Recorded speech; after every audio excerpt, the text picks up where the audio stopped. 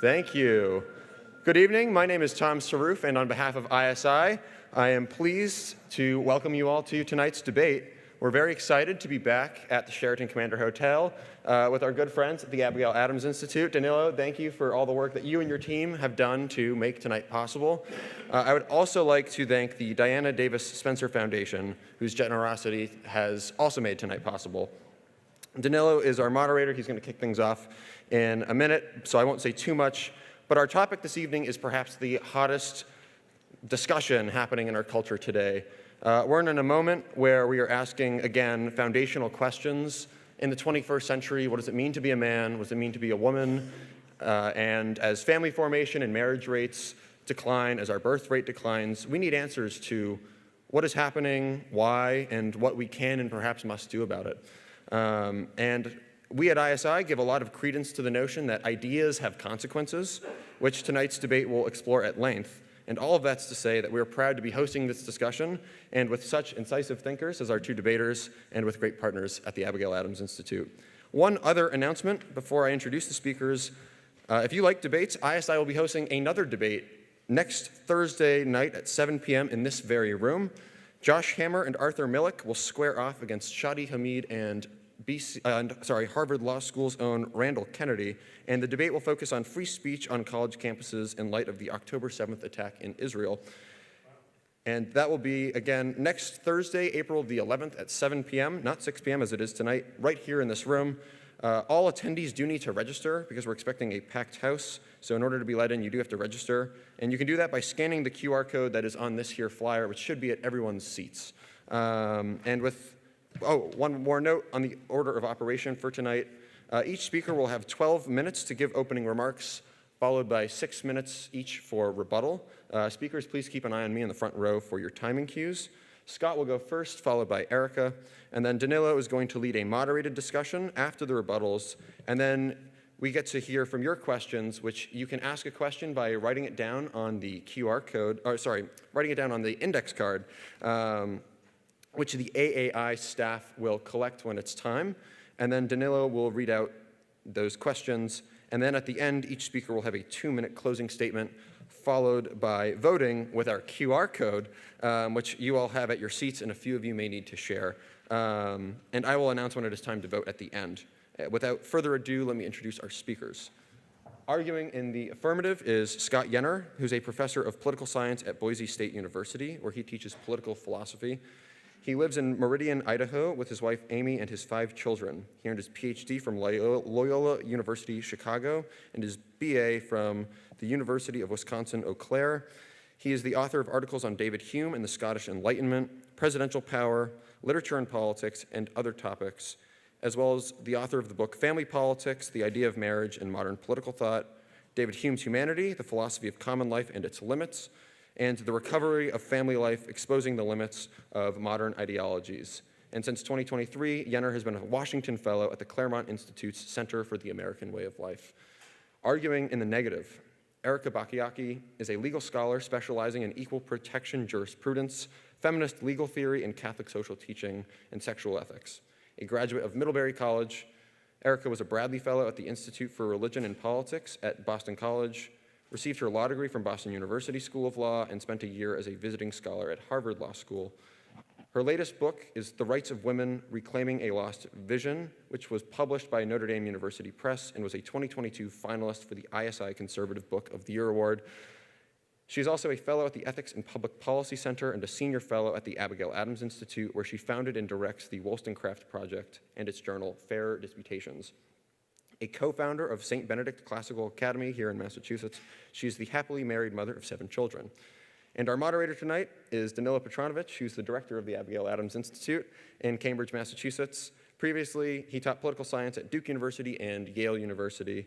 His scholarly expertise is in 19th century European and American political thought, but his intellectual interests and loves are far more extensive. He received his BA in social studies from Harvard in 2000 and his PhD in political science from Yale in 2007. He lives with his wife and his son not too far from the Institute. And with that, I'll turn it over to Danilo. Thanks for being here, and I hope you enjoy the debate.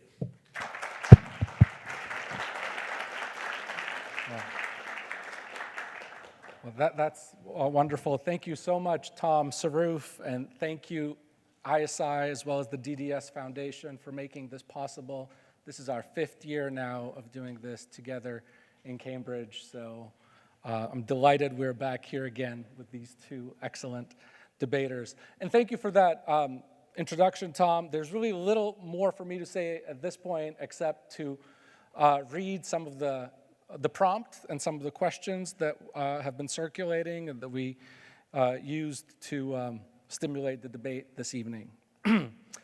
What does feminism do to alter the structure, function, and purpose of the quote-unquote fundamental social unit? Modern history saw the rise of feminist movements that have opened opportunities for women previously closed to them and has dramatically altered and shaped the political, legal, and social landscape regarding the rights and obligations of both men and women in both public and private life. But has feminism's victory for women's equality yielded strong fruits? Has progress in women's educational and professional opportunities been beneficial to the social fabric or even to women themselves? Or has the quote-unquote freedom to choose eroded the family unit as more women choose to reject it? Does the solution to today's ills involve discarding feminism? Does America need a better feminism?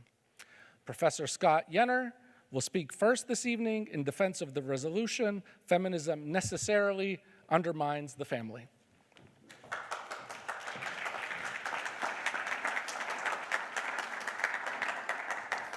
Well, thank you. I'm here from Boise, Idaho, where yesterday it was 75 degrees.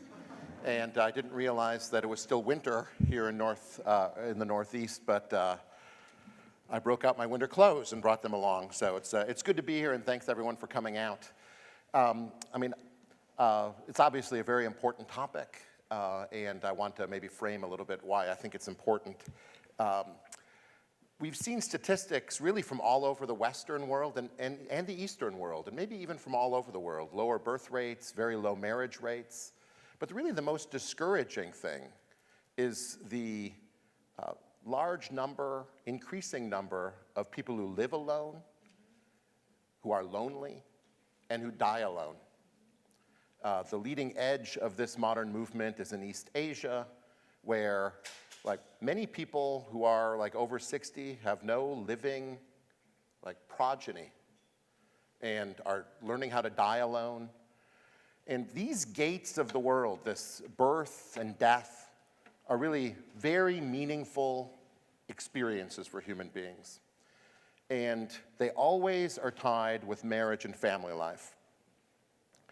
And as marriage declines, as people have fewer kids, as they are lonelier, we can expect that these gates of life, that is the entrances and the exits, are going to be causes of great social dislocation and dysfunction. And really, we're all concerned to figure out how to avoid this. So within that context, I want to maybe define a little bit what marriage is, why I think it's important, and the way I understand the debate we're going to have here. Now, men and women are different. And marriage is a way of reconciling the different interests and different characters that men have, and women have, excuse me. Obviously, men and women have different interests when it comes to how children are taken care of, that is where they come from, how it affects their bodies. They have different personalities, and often, in the large or in the main, different proclivities when it comes to taking care of children and contributing to family life. And marriage has been the way we have reconciled as a political community these different interests and characters. And it was almost thought to be automatic that we could reconcile what men want and what women want by joining them into community where they raise children and live common life together. But what we've really learned, both in the last 60 years and maybe even in the last 220 years, is that there's nothing automatic about it.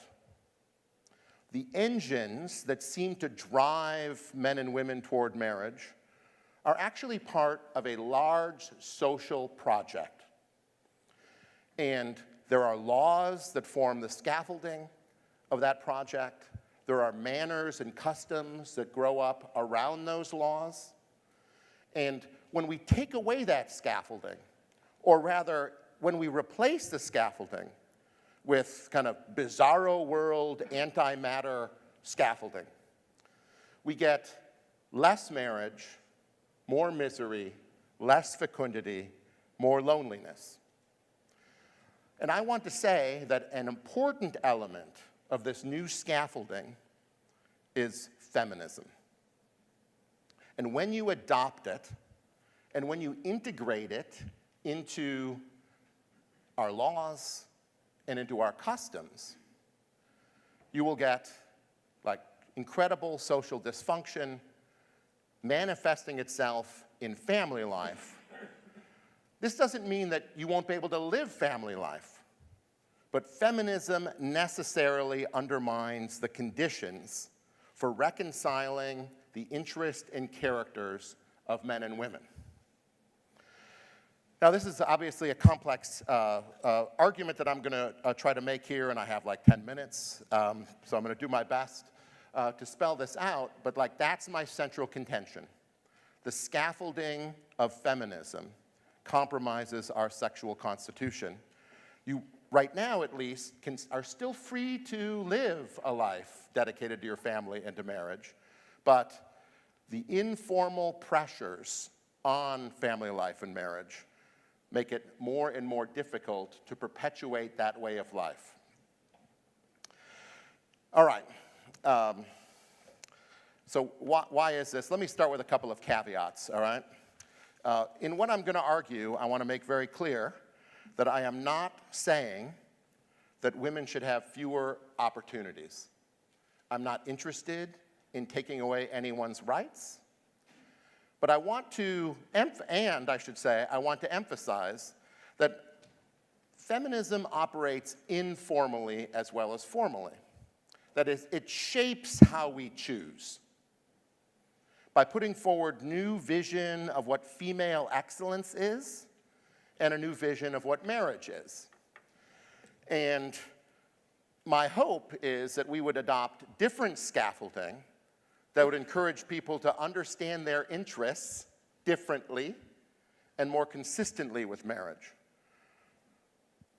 And second, I'm not going to do the easy thing. All right, I'm not going to do the easy thing. There are plenty of feminists that you could pick out of a barrel and say, oh, here's Shulamith Firestone, and here's where she argues that we need to abolish the family. That would be like a QED moment for me if I could just say that Shulamith Firestone, or a contemporary version of this, Sophie Lewis, who's still alive and didn't die insane and alone in an apartment, or at least not yet, I should say, where they call for the abolition of the family. Like, there are plenty of feminists that do that. I don't think I am debating on the same stage with one of those who make such an argument. And I don't think that most of what I call retail feminists actually embrace the entire logic of that argument. So it would be way too easy to do that. It would be less fun. I'm happy to be in the presence of intelligent advocates for something at least resembling feminism. And I want to make an argument against that. Okay? So I want to maybe define feminism, but I think you have to define feminism politically. That is, you can't take this definition that you want to work from. You have to understand what feminism means in our particular time and place, and try to define it, try to do your best to cover all the data, and say this is what feminism means. And if I boiled it down to one simple proposition, I would say that feminism is about cultivating a new kind of woman called the independent woman. She is independent of marriage and the family. The core of her identity is independent of marriage in the family. It's independent of tradition. It's independent of country. It's independent. And we have initiated, I would suggest, as a project, a civilizational project, the achievement of the independent woman. We have legal architecture in place, but that's like, it all points in that direction.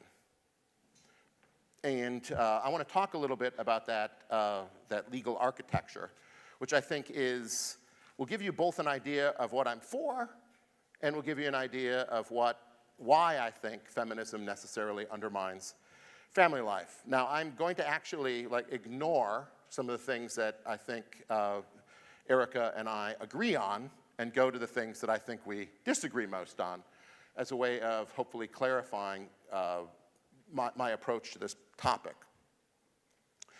I mean, it's a long story. The beginning of feminism is in some ways coeval with the beginning of modern thought. Modern thought, I'm not going to get into this over much, but I just want you to know where feminism comes from in my view.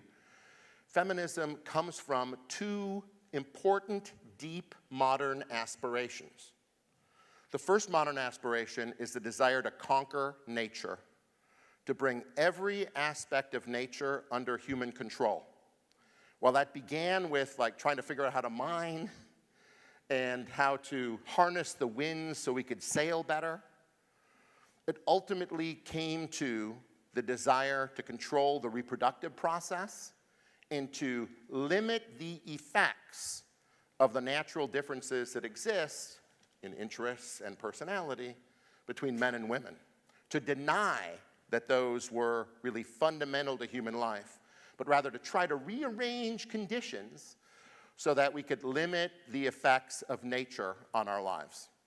It's not simply contraception, as we'll talk about in a second, but it's also things like sex discrimination laws that really constitute a part of conquering nature.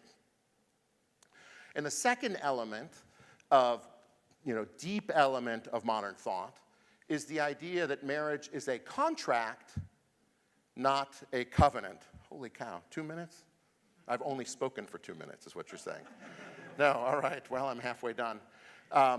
And contract thinking gives rise to individualism. That's enough, as I harness my time here. So, and I'm happy to talk about that more later on. Now, the elements of feminism that exist in our world and contrast to the old approach to the family, I'm going to just lay out 3 things quickly here. Under the old approach, businesses could support family life by paying a family wage, okay? Which meant that men would often earn differently than women and more. Married men would earn more than single men. We have passed laws that sound good in theory, like equal pay for equal work. But what equal pay for equal work means is that no economic entity can support the communal family. And if you try to, you will violate the law. It has shaped our entire approach to the economy. A second element of modern feminism is the attempt to limit the influence of what are called stereotypes, but which are, in fact, the natural differences between men and women. It is illegal through law to have different expectations of men and women in the family as a result of our attempt to stamp out sexual stereotypes, as they are called. The fruit of this has been the abolition of almost any publicly sponsored single-sex education, because single-sex education, that is male-only schools and female-only schools, are seen as manifesting a stereotype that men and women, or boys and girls, have different needs when it comes to education. This is at the heart of our civil rights movement as it applies to sex discrimination, the attempt to stamp out so-called stereotypes. And the third thing that, the chickens are coming home to roost on is the attempt to expand civil rights laws to include and mandate sexual harassment training both in education and in the workplace. It is thought that a hostile work environment or a hostile education environment needs to be controlled by the employer. It needs to be stamped out by the employer. We've given private enforcement to employers to build non-hostile work environments in the eyes, the subjective perceptions of the people who are so-called victimized. And this has led to massive changes in our curriculum, massive changes in our training as employees, massive limits on free speech. You are not allowed to say certain things, and your employer or your education institution is incentivized to make sure that they compromise easygoing relations between men and women. So the sexual dance is also compromised. I look forward to continuing this, but I will now give way to Erika. Thank you. Be careful. Thank you. It's great to be here. Thanks for coming out on a snowing, rainy night. So tonight I'm going to begin my defense of pro-family feminism by borrowing a line from my ever-pithy friend, Mary Harrington. Mary provides what I take to be a nice summary of the position I stake out in my book, The Rights of Women, in but a single line. Feminism did not begin, but end with the sexual revolution. And so I will argue tonight that what flies under the banner of feminism today is not actually feminism, but a corruption of feminism, born of the abortion-backed contraceptive revolution of the 1960s and 70s. What I have often called autonomy feminism, and what Mary has aptly named bio-libertarianism, has become so hegemonic in its capture of elite institutions that both the political left and increasingly the right tend simply to equate feminism with sexual and reproductive rights, or the quest for freedom from all given bodily constraints. The historic fact that a categorically different account of women's rights had once been salient has long been forgotten, memory hold. So if my basic claim is that bio-lib or autonomy feminism is actually a corruption of feminism, what then is this forgotten, more authentic form? Well, though we now apply the term back to it, the first wave of feminism was an organized movement in America and the UK that began to take shape in the early to mid-19th century, a movement commonly dedicated to ensuring that women's distinctive needs and interests were met in a liberalizing society that was growing increasingly hostile to them. For our purposes tonight, though, I am very happy to affirm the Oxford Dictionary definition. Feminism is the advocacy of women's rights on the basis of the equality of the sexes. But that advocacy originated not in the 1970s, but in the 1790s. And from those beginnings, we can identify three shared convictions, principles that you should immediately recognize differ starkly from what is called feminism today. Even as, I hasten to add, this early movement debated internally and robustly about the meaning and application of these principles. So number one, that men and women were equally human, rational and responsible creatures who were ultimately dependent upon and accountable to God and also to each other. Number two, that men and women were obviously biologically distinctive and as such experienced sex asymmetrically, with the burdens and privileges of reproduction and early caregiving falling disproportionately on women, who thereby needed protections and supports both in and out of marriage. And number three, that the natural, familial, civil, and political rights that they were arguing for were always understood to be correlative with and dependent upon duties. Rights and responsibilities in this early movement always went hand in hand. Identifying these three shared principles helps us to make sense of the early movement's ardent opposition to induced abortion, which is itself a characteristic that reveals early feminism to be undeniably distinct from today's abortion-obsessed brand. Recognizing that when pregnant, women were, as one advocate characteristically put it, quote, directly charged with the care of embryonic life, these early feminists called women to resist the era's depiction of them as fragile and weak, or as men's sexual playthings. To undertake responsibly the demands of motherhood, demands that made them, in the words of another leader, second only to God, women needed to be intellectually, morally, and physically strong for their own sake and for their children's too. And with the consequences of sex so much more profound for women than for men, the early feminists likewise demanded that men govern their sexual appetites as social norms then expected of women, and take up their reciprocal duties as fathers. The surest means, they thought, of preventing abortions, both then and now.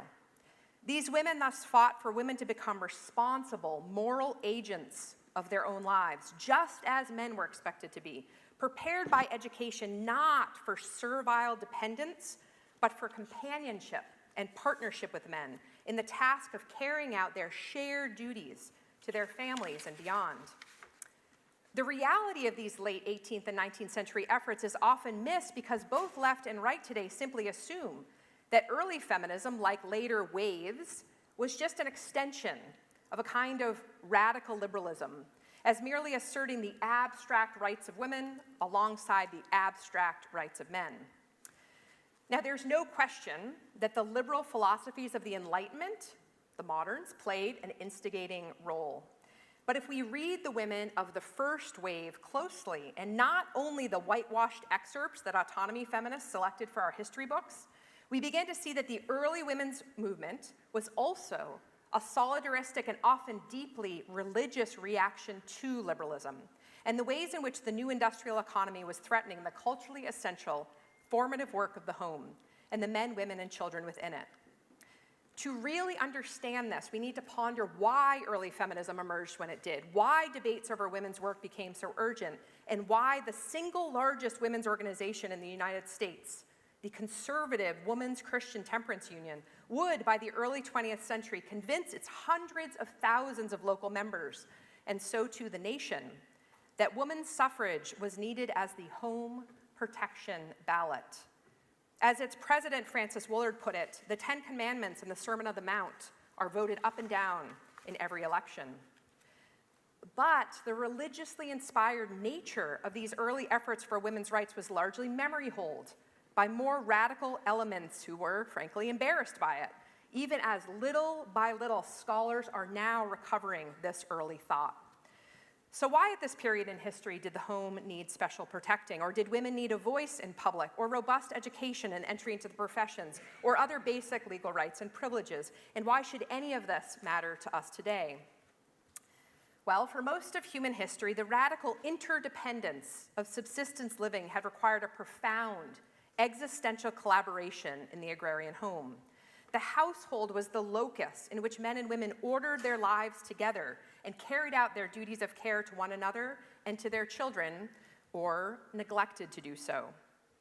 But industrialization's sharp fissure of work from home, together with liberalism's elevation of the rights-bearing male individual, brought about a deep transformation of the nature of work and of maternal and paternal duties as well. As paid labor left the home, and with it, men too, wage-earning husbands became newly dependent upon industrial capitalists, making caregiving women increasingly dependent upon the wages of their husbands. And all this made married women far more vulnerable to their husbands' potential exploits in the new city's bars and brothels, and to male abandonment and bad behavior generally. Poorer women, or those whose children's fathers had abandoned them, were often foisted into the harsh industrial workplace, often leaving young children to fend for themselves. This is all to say that industrialization brought the sometimes harsh realities of sexual asymmetry, again, the unequal vulnerabilities that accompany sex, childbearing, and caregiving for women, to the fore in a new and urgent way.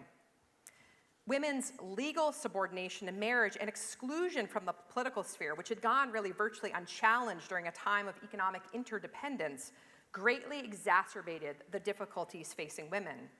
So in response to these monumental political and economic transitions, the antebellum women's movement first sought not suffrage, which was still 75 years away, but a host of other rights for themselves and for more vulnerable populations too.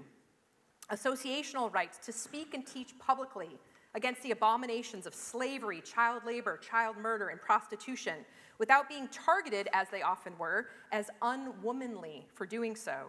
Property and contract rights to justly recognize and remunerate their contributions inside and outside the household. Custody rights, so they wouldn't be forced to abandon their children to escape abuse. Rights of access to education and the professions, so they were not forced into an ill-suited marriage or prostitution just to survive. The right to say no to sex in marriage, and, in light of their often desperate need to work for wages, just workplace laws and protections. And some of these rights and privileges, so obviously just to most of us today, would take 50 to 100 years to secure. But even as this early women's movement was responding to the deracinating impact of liberalism and industrialization with calls for their civil and political rights, just treatment in the workplace, and a single moral standard when it comes to sex, Planned Parenthood founder Margaret Sanger emerged with an altogether different solution to the asymmetries of sex and reproduction, one which would provide the ground for the sexual revolution that was to come. For Sanger, the moral, social, legal, and political efforts of these early feminists were mere palliatives, she said, or band-aids. To really free women, we had to get to the source of the trouble, women's bodies themselves. And so Sanger's wildly successful campaign for birth control radically reoriented mid to late 20th century thinking about women's needs, interests, and rights in a paradigmatically modern direction, with technology as the ultimate solution and biolibertarianism as the ultimate end. Simone de Beauvoir and Shimoluth Firestone each hailed tech as freedom, while Kate Millett explicitly dismissed the single sexual standard of early feminism as naive, advocating instead for a, quote, permissive single standard of sexual freedom. But as I have long argued, offering women pills and surgeries to enable them to imitate irresponsible male behavior or just feed their families has short-circuited what early feminism was so clearly seeking: cultural recognition of the distinctive sexual, reproductive, and caregiving needs of women as women. And so these needs, after decades of bio-lib feminism, have grown increasingly illegible to us. If there was ever a time then when an authentic feminism was needed as a kind of phoenix rising from the ashes of biolibertarianism's internal combustion, it is surely today.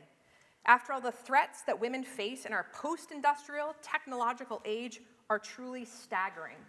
Trans ideology, rampant pornography, sex trafficking, surrogacy, and a deadening culture of male-normed casual sex, but also secularization, woke ideologies, technocratic education, market fundamentalism, the low status of motherhood, absent fathers, and rudderless men. And all of these threats are made worse, in my view, because loud voices on the right increasingly agree with the left that bio-lib feminism is the only kind of feminism, rather than its modern-day corruption. More, these voices on the right seem to want to blame feminism and women for everything. And I won't include Scott there because he just distinguished between that. And frankly, an authentic feminism is needed to respond not only to the autonomy feminism of the left then, but the growing anti-feminism of the right. Both, in my view, share in a kind of male normativity, which holds that the biological differences between men and women make women as women unfit for various occupations in civil and political life. Both seem to suggest that simply being female makes women inherently unequal to men. The anti-feminist thinks that women should be excluded from participating in civil and political life due to women's nature. The bio-lib feminist thinks that women need a pharmacological tech fix to participate in the same. The anti-feminist responds to the asymmetries of sex by suggesting that women return to their proper sphere. The bio-lib feminist responds to these asymmetries by getting girls on the pill, and applauding their abortions. Both accounts of feminism undermine the equal dignity of women as fully human, wholly woman, and uniquely individual, to borrow a line now from my friend Abigail Favali. And both undermine family life in the modern world. An authentically pro-family feminism is not only possible, as my life as a happily married mother of 7 should make plain, but it is increasingly necessary in our day. Thank you.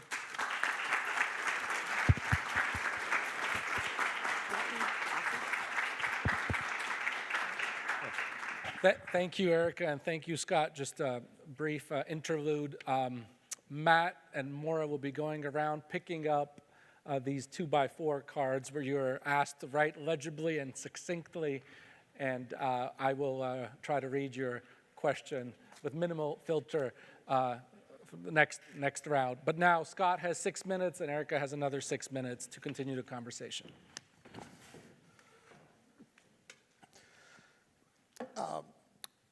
When you study the history of how feminism and the excesses of feminism have been approached on the right, I'll say generally, the general approach is, to borrow a phrase from a book title, is the who stole feminism approach. And what that generally means is that there's some excess that we can all agree we don't like, and we say that that is a corruption of feminism, and that if we peel back a certain number of things, we're going to find this healthy version of feminism that we should embrace and will lead to a healthy social order and will support family life. And there's some ways in which, like, every conservative critic of feminism, even Phyllis Schlafly, who was like the premier anti-feminist of my lifetime, though she's dead now, but adopted certain versions of this.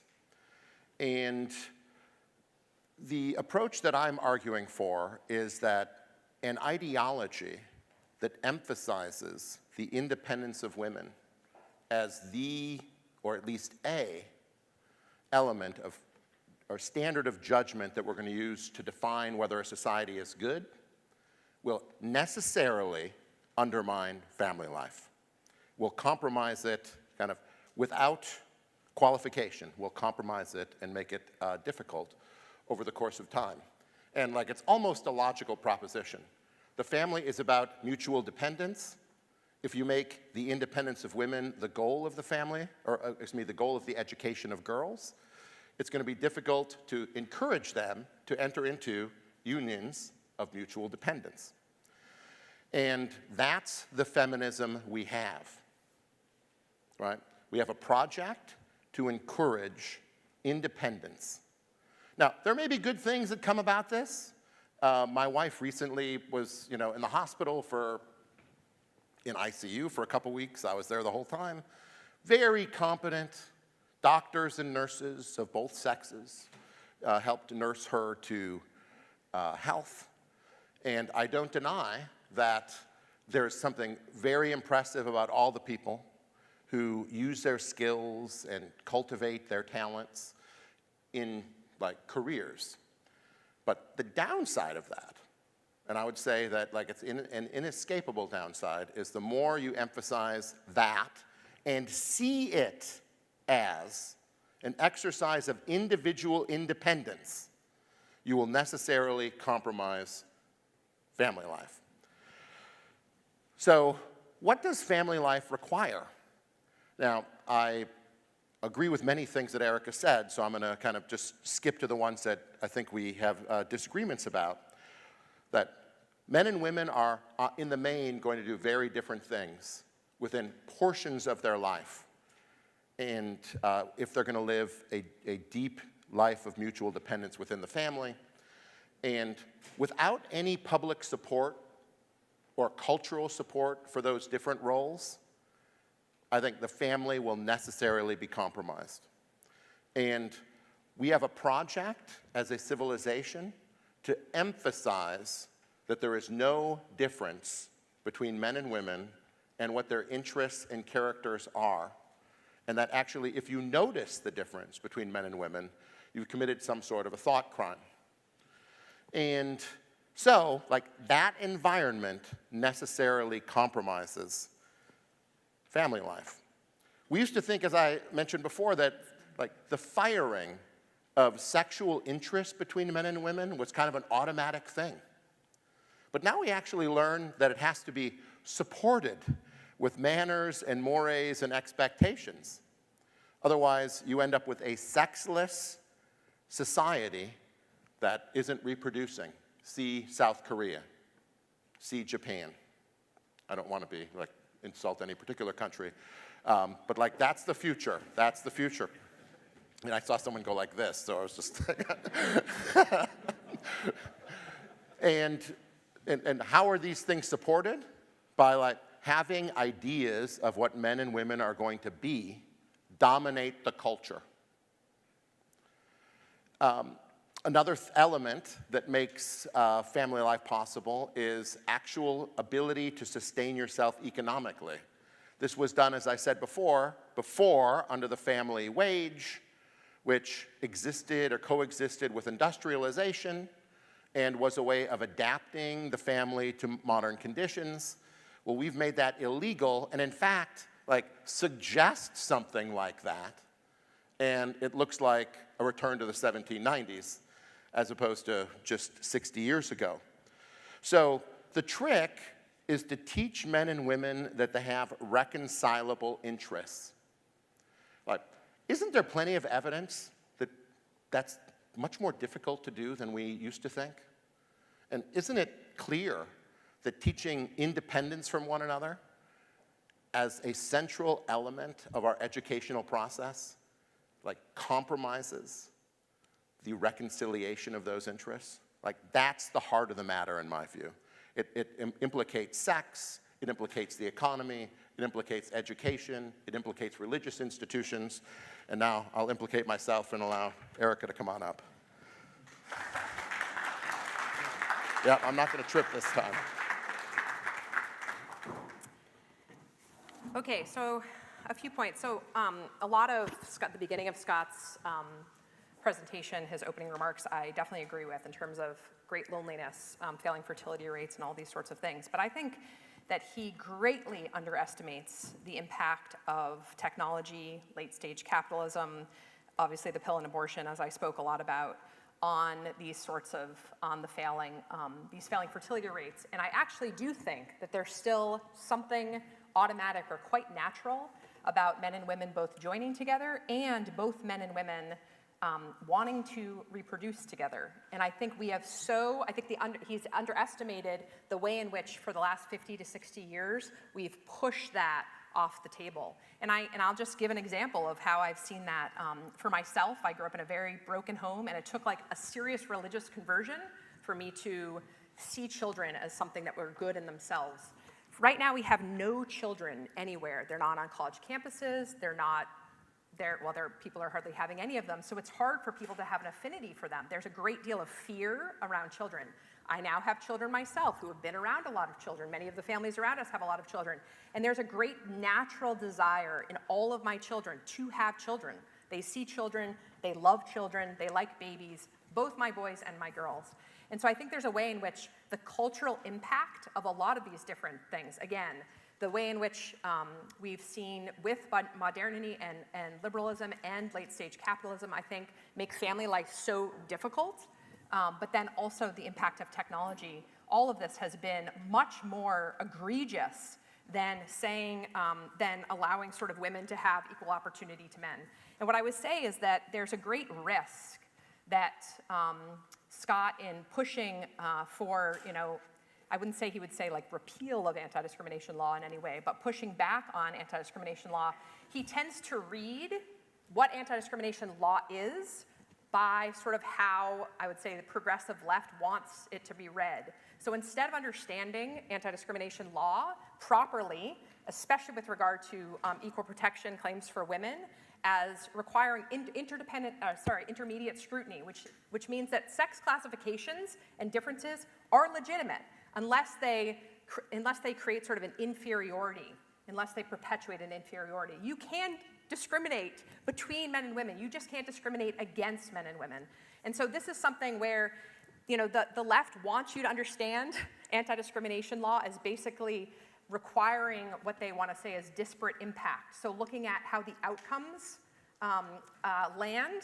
But what we have to fight back against is not just throwing the whole thing out, but saying, no, we're talking about intent. Was there an intent to discriminate in terms of disparate treatment? And so we can decide, as a conservative, you know, approach, that we want to make good and careful distinctions and argue for sort of the right way that anti-discrimination should go, especially with regard to the differences between men and women. Because I think Scott and I can completely agree that though I would say there should be gender-neutral policies with regard to hiring, women are always, because of women who are mothers, are always going to take up those family leave policies more than men. But in some situations, you're going to have men who need to take up those policies because of, you know, an ailing wife, because of all sorts of different things, circumstances that come up, especially as women are more educated and you know, manufacturing jobs have declined and there's just more availability for sort of women in the service sector. So there's all sorts of ways in which the economic impact that we have right now requires the family, the state, to say the family should be, we should discriminate in favor of the family, but we shouldn't discriminate against men or women in the workplace who are just trying to do their best for the family in general. Thanks.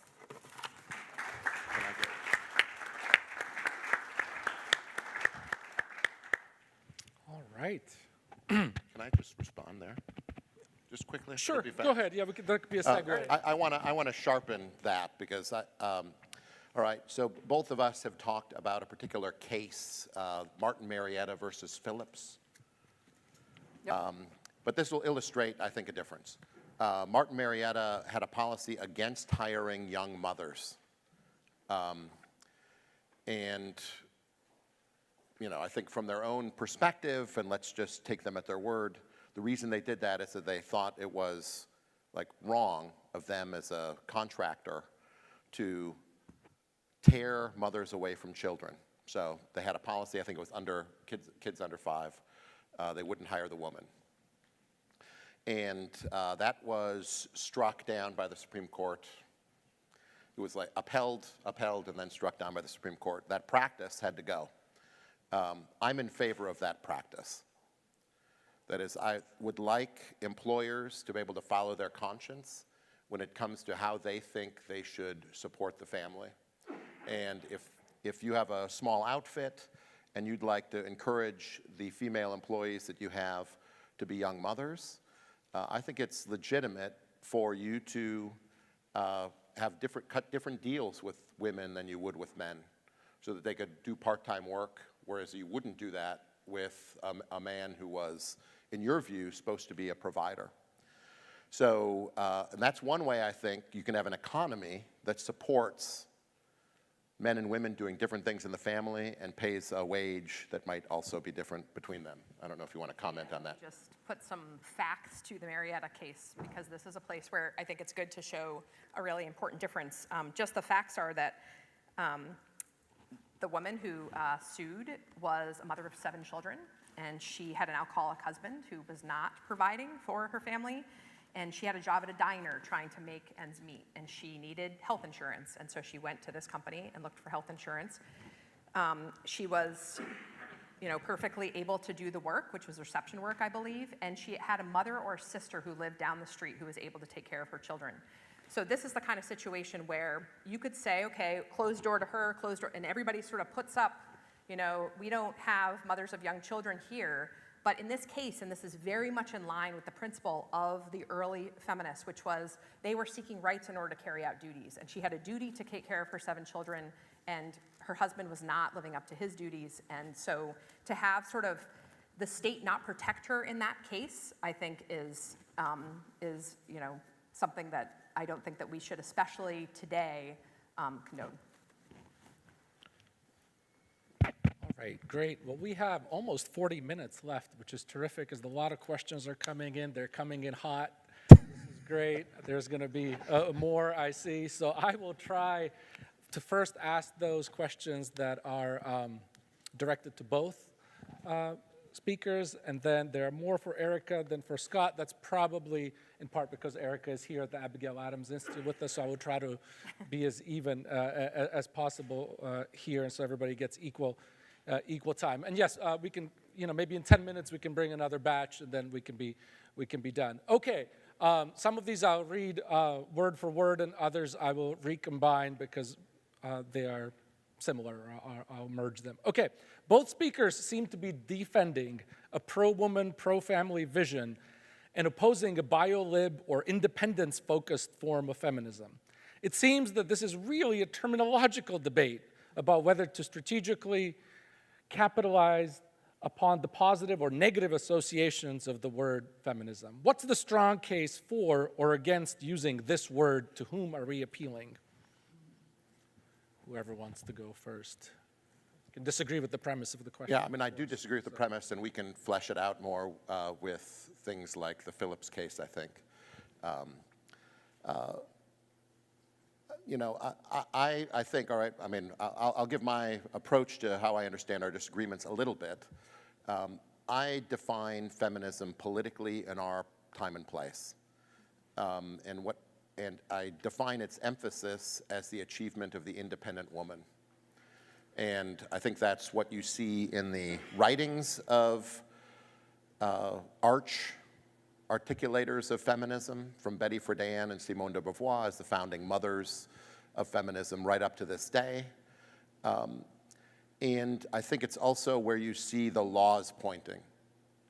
The laws, both civil rights, equal pay, the approach to, I would say, compromising the sexual dance. Also, abortion, contraception are understood by feminists in light of the principle of achieving independence, no-fault divorce. These elements of feminism, as we've experienced it politically in our lives, kind of converge on that definition.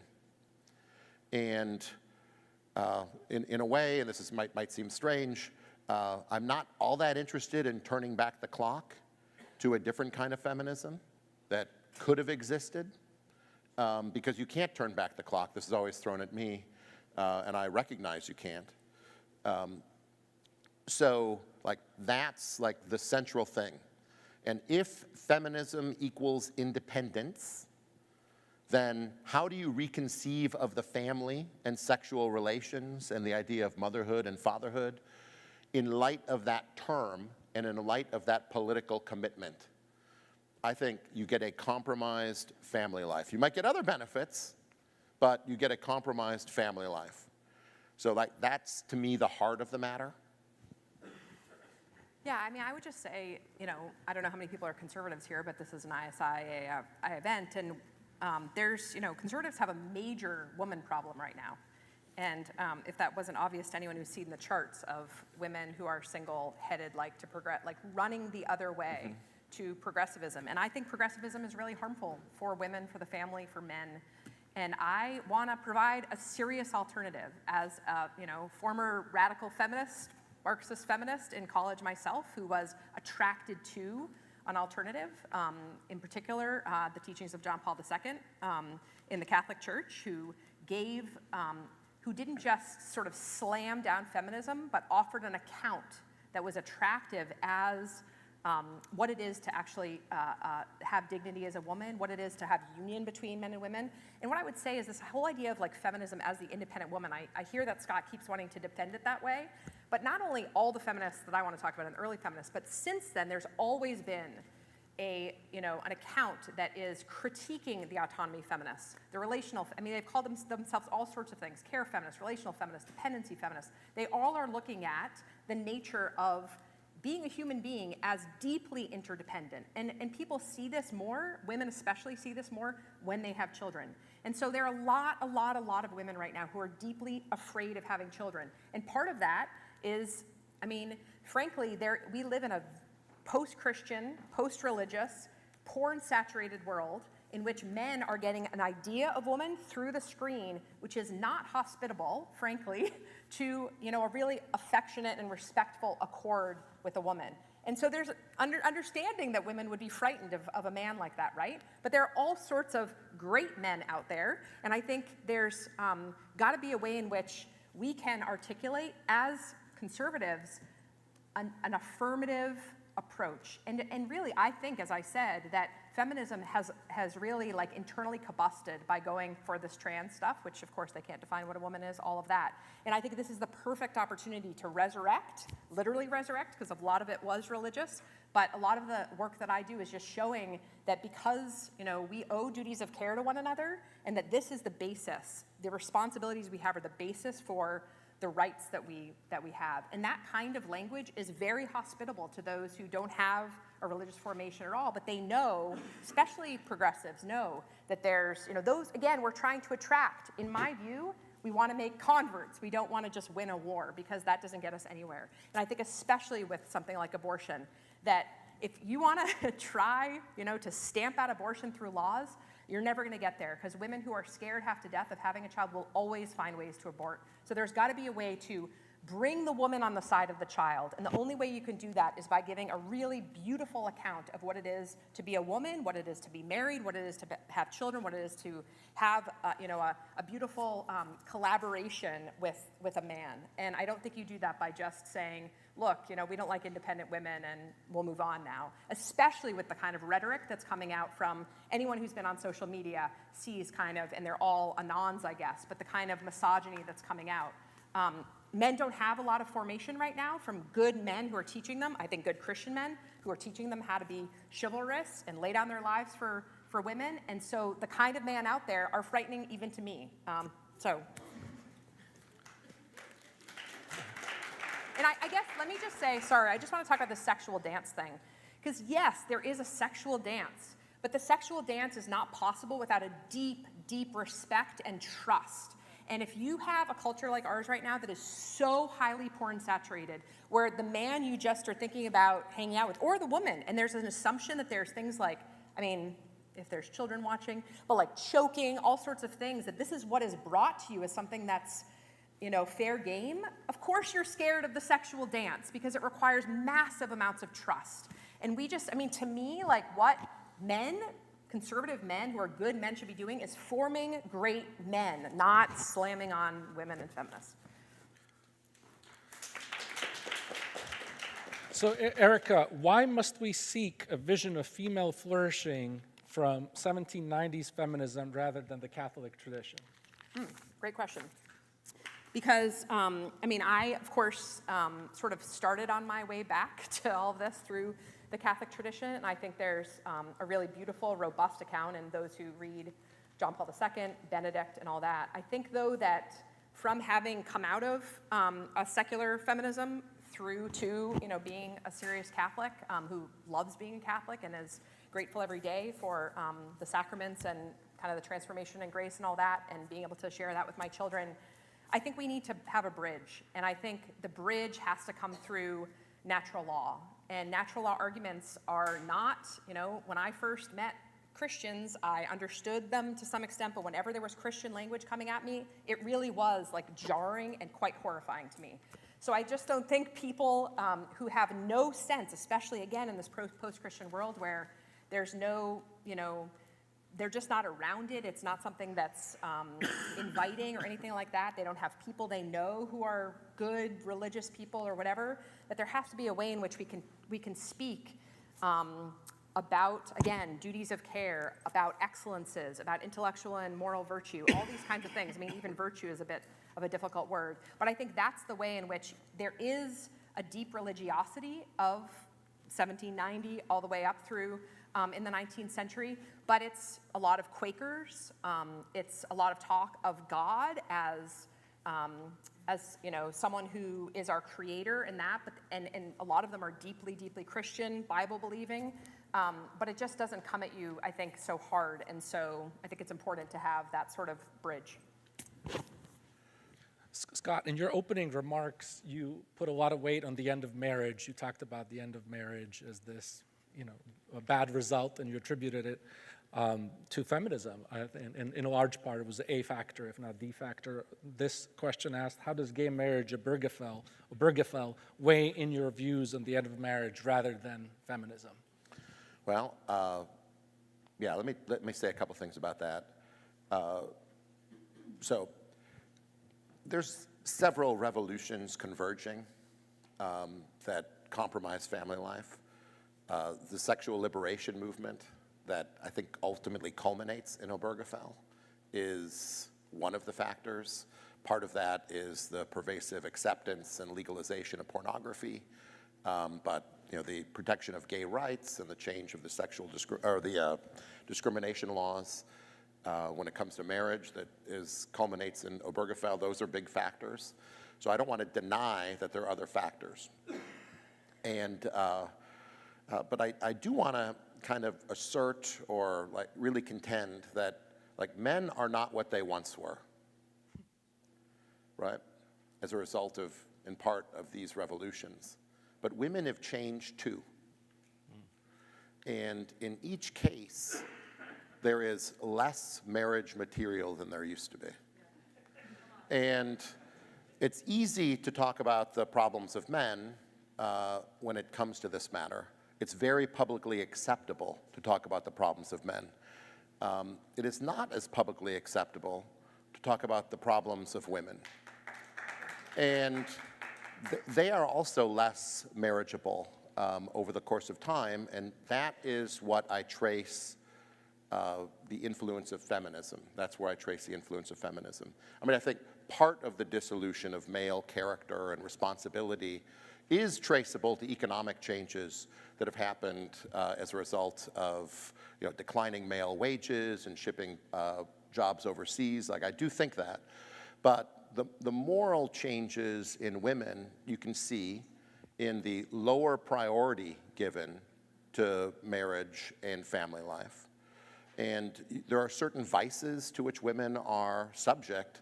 I once said this in class, and a student asked me to give an example. And I said, well, sometimes they lack self-esteem, was a kind of joke. At the time, I thought it was funny, but women have different characters. They're more, as they call, hypergamous. They think their vision of themselves and what they deserve in life is actually different from men. I was talking with one of my students. That when you ask men how attractive women are, it comes back as a bell curve. Have you ever seen this? It comes back as a bell curve. 6% of women are 10s, 6% of women are 0s. You ask women what men are like, 35% of men are 0s, 50% of men are 1s, and no one gets above 7. And now I'm not positive that they did this before feminism, but my guess is that people recognize that, you're not that great and you're not that great. So, we're perfect for one another. And that is changed as a result, I would say, of, being taught that you're the most important thing and no one is worthy of you. And I think it's an educative process that goes with the grain of nature. So, my view is that feminism has changed men and it has changed women. It wouldn't work otherwise. We wouldn't be talking about it. And to some degree, I think that it's a semantic argument because I'm for all the things that Erika talks about, care and teleology of the body. I'm for all of that stuff. However, I don't think you can get there when the root word means, in your context, independence. And so the approach that I would argue for is a non-feminist account of woman, and with feminism understood in that particular way. So I kind of did the sly thing there by not answering the whole question and getting what I wanted in there. And I'll just say, I agree that there are many vices of women and vices of men right now that are more pronounced, and that we tend, in our flattening of an understanding of nature, which I think comes straight out of modernity, that we tend to view nature, male nature and female nature, as their vices. And so we don't have an account of what it looks like to be sort of an excellent man or a woman right now. And I think those who are excellent, I think are beautiful in themselves. And so they are attractive. I think that if we have an account of female excellence that, say, a Rousseau is after or something like that, which is deeply sort of making oneself to seem more dependent and weak and fragile than one is, to sort of manipulate the man to do what I just think that it's a false account of both man and woman, and less than we should expect from both. And so I think that I totally agree that there's a lot of vicious femininity out there, and I don't think that it's attractive either, and I hope my boys stay far away from it. Yeah, I would just say one quick thing. I do think we have a female vision of excellence, but it does not point women to marriage. We do have a male version of excellence, and it often does point men to responsibility within marriage. Like if you ask what churches teach, that's what they teach. Wow. So I do think that there is a profound social project to have an image of female excellence that is detached from motherhood. Question for both. To Erika and Scott, do you think cheating and divorce have increased directly due to co-ed work and study spaces? Yes. Social science. Yeah, I mean, sure. I mean, I think this, but this is is it worse now than it was when, you had the male doctor with the female nurse, or the male, lawyer with the female receptionist? Is it worse now? I mean, that's just a failure of chastity. It's, I don't know that it's a failure of not, doing the Mike Pence rule. Yeah. Increased opportunity will equal increase taking advantage of opportunities. So I think the answer to that is yes. That's the way I would answer it. So at what point in American history, this to both of you, do you think family life was at its strongest and healthiest? American-centric, but there it is, yeah. Do you want me to go, or you want to go? Keep it to a decade or a generation. Yes. Yeah, I mean, I'm sort of a fan of and I would like to see sort of a resurrection of a really integrated household. So, does that mean that I want to go back to a time when women didn't have rights, like in an agrarian setting? No, but I do think that there's a way in which that kind of collaboration is really beautiful. I do not want to go pre-industrialization. I do like my dishwasher, et cetera, but I do think the household model of coming together and working together is something that is certainly the model my husband and I have, and those who I see have flourishing models have together, which is we're all in this together, we're all rowing the same direction, and let's work as a sort of collaborative companionship out. So I like John and Abigail Adams. I wish she had the classical education that she wanted, and I think there's no question that it's the 1950s. I mean, I hate to go back to this. The marriage rate was 90% in the 1950s. The birth rate almost got to 4 for almost the entire decade. Men's status as leaders and the expectation was there was a difference between men and women, marked and measurable, when it came to education and income. Especially after all the unpleasantness of the Great War and the Depression. So, I mean, when you look for external indicators, you would look at marriage rates, fecundity, divorce rates. They were very low. The divorce was low and all the others were high in a way, I think, that it was totally unexpected and cuts against, I think, to some extent, the industrialization thesis. Which doesn't mean I think you can go back to the 1950s, by the way, but it does mean that just from an objective point of view, that was the high watermark. Scott, this one's a little bit out of bounds, but I think it's okay. You wrote this March in First Things that under the old sexual constitution, women were seen as, quote, opaque, anxious, and mysterious. You've defined feminism as the creation of the independent woman, including the encouragement of unnatural personality changes to make women more independent. Does world without feminism return to women as opaque, anxious, mysterious? It's an unavoidable fact of life. Yeah, I think it's an unavoidable. So, I mean, it brings up the question of nature. It brings up the question of nature. Because, I mean, and let's put it in the context of thinking about family life. Like, family life is not and cannot be the only goal of your life. If that's as far as you go, that is a stunted life. There are claims that are made on every human being by God, by your country, by talents that you have, perhaps artistic sparks that you have, philosophic sparks that go beyond family life.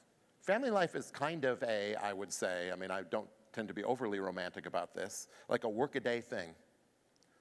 It's very practical. And the opacity and mystery of women, not unlike the opacity and mystery of men, is really related to how those different things tug on you at various times in your life. Like not knowing what your ultimate aspiration is. So it's just that men are a little more, tend to be more single-minded than women. And so the opacity and the mystery when it comes to men is like often more difficult, or it's easier to figure out. And so like that's what I'm getting at when I say something like when I say something like that in First Things. I can't remember what the other part was, but I think I've already taken care of it in some way. Yeah. Erika, would the Declaration of Sentiments from the Seneca Falls Convention, which calls for an absolute equality of men and women in their access to political power, economic opportunity, and religious station, be an example of a feminism which undermines the healthy relationship of the sexes? Yeah, there's no language of absolute equality, especially with regard to economics. There's opportunity, and there's being able to have, take every righteous means for every sort of righteous cause. So the question is about, it's their natural arguments, pulling out from Blackstone and Sarah Grimke, who everyone should read, making an account of looking at the common capacities of men and women and basically allowing women to speak publicly and those sorts of things. Do I think that there should be an absolute equality? Again, I don't think that that's what's argued at all in Seneca Falls. And I don't think that's anything of what the first wave was after. They were after opening up opportunity in order for women to carry out their responsibilities, which included certainly education and professions and economic opportunities. So again, they didn't have to be sort of a dependent who had to enter any marriage that came along, or prostitution, et cetera. But they could have independence ahead of marriage and then be free to be dependent within marriage. But I don't. If you want to try to point out that language to me at Seneca Falls, that's not there. You both recognize the differences between men and women and the inherent vulnerability of women. Whose job is it to protect them? Government, employer, church, community? Those are options. And ... was implicit. Right. Well, I mean, if that's the framing. The point that I would make is that what businesses, government, what laws encourage, you're going to get more of. So, like, I would like to see husband or fathers first, and then husbands being providers. But that really depends on what is done around the men. So like in our particular situation, now that the family wage is dead and not able to be resurrected, some other version of supporting families economically has to be arrived at. A bunch of countries have tried this. Hungary has done a bunch of interesting family tax credit kind of things. But that's all just like making up for the fact that employers aren't allowed to do it. So we're going to go try to fix it later on. So like in our circumstance, I would say employers are prohibited from doing it. Ergo, only government and the laws can like provide the decent enough context for men to do it. Yeah, I heard vulnerability, I guess, a bit differently. I guess you could think about economic vulnerability, but you could also think about just, harm to one's person. And I think there's definitely a responsibility for certainly like male kin to protect those who are vulnerable, basically because of superior strength. I think that that's absolutely true. I think the problem is when you don't have protectors, but you have predators among the men around you. And so who then protects those who are vulnerable, children and women? Well, then obviously that's why you have a police force, and that's why you have government. So, I mean, I think in the best of all situations, you have chivalry, where you have this one sex that is physically weaker. There's no question about that.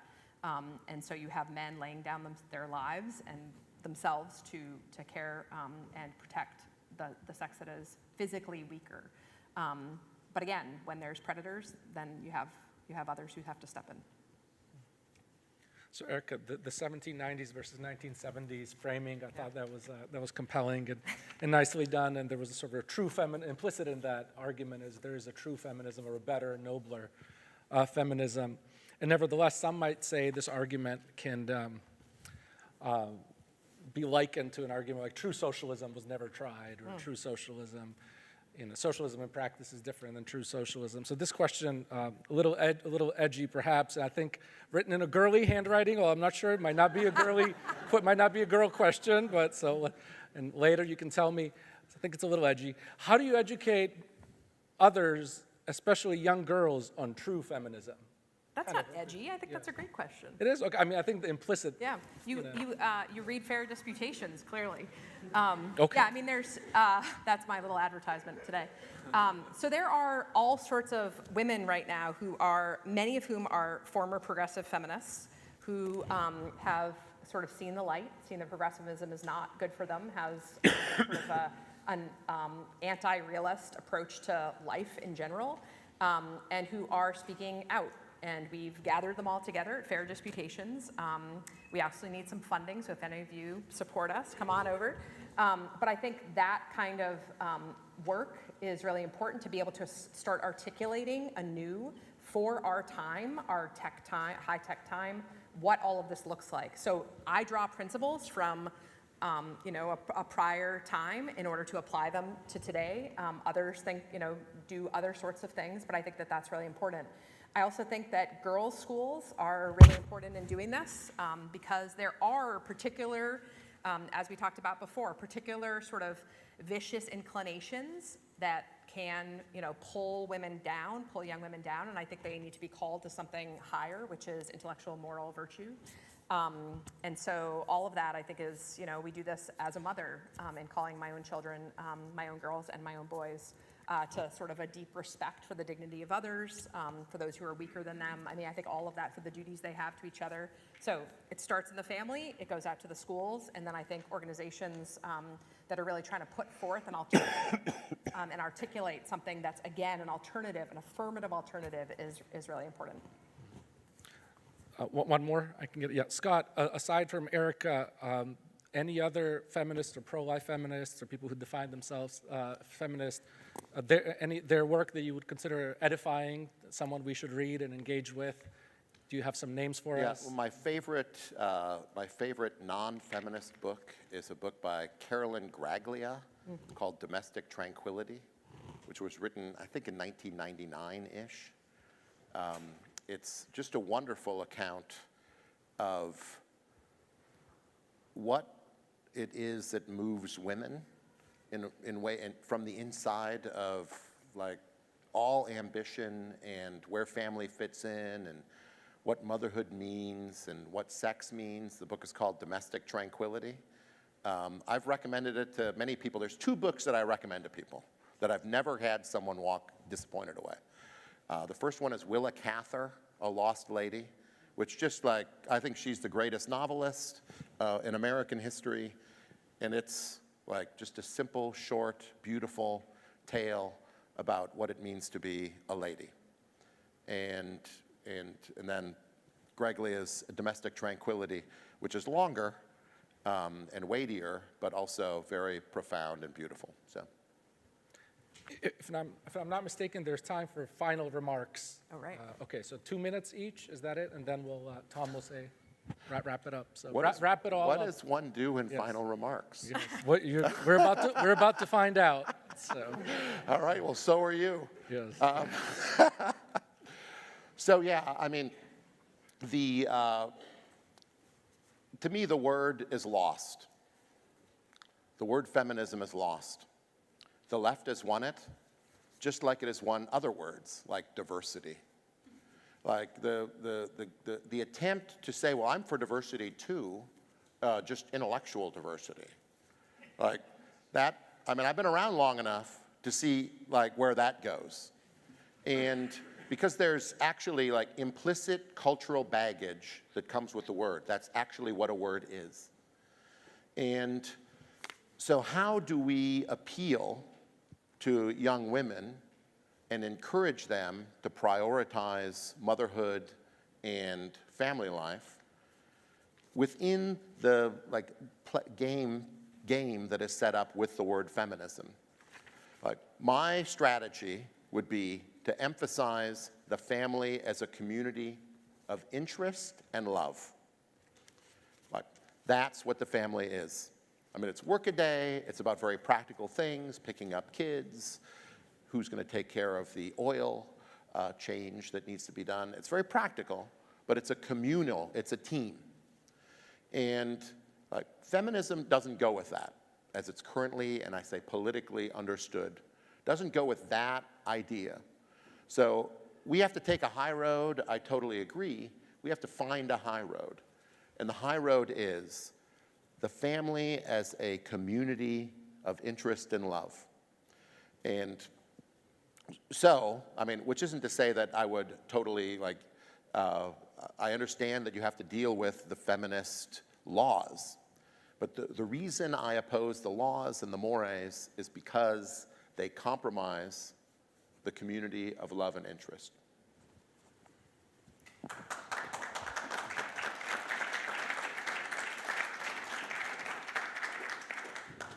So I guess I would say that we have some really, we live in a very difficult time, and we have some really serious problems. And I think it's sort of incumbent upon those of us who consider ourselves conservative, at least religious, to really kind of come together and find ways to build upon each other and not sort of do this like man versus woman thing that I think is happening on the right. The problems are too great, and I think that there's a lot of building up that has to be done, and I think a lot of that comes from really a lot of people, myself included, really returning to religious faith. And I think really taking this time to see how inhumane sort of a culture that's bereft of a deep and abiding like faith in God and sort of dependence upon God where that has brought us.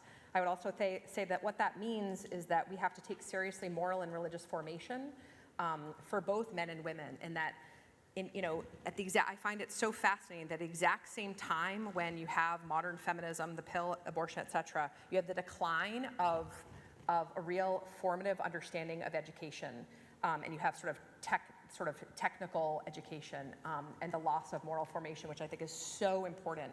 And so what I would really say to my conservative friends is to sort of not get trapped in these kind of rigid understandings of masculine and feminine, and these are the only ways they can be, but like really uplift and think about moral, religious excellence and sanctity, and that's something that men and women do together, and that there is a lot of mystery there, and there's a lot of coming to see the beauty of the other, and but a lot of that cannot be sort of stated in sort of legal codes, but is something that we experience together. I think the other recommendation I would have is have a lot of children, and that this is something really difficult, but it is something really beautiful. And so for those of us who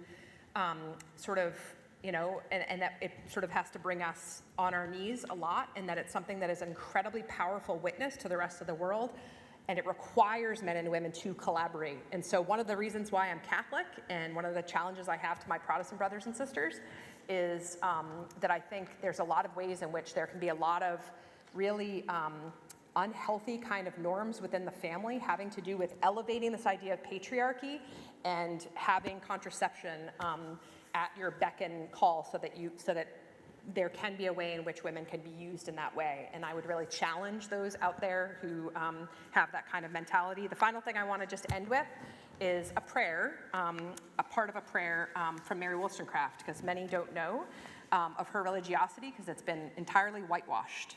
So thou knowest whereof I am made, and rememberest that I am but dust. Self-convicted, I prostrate myself before the throne of thy grace, and seek not to hide or palliate my faults. Be not extreme to mark where I have done amiss.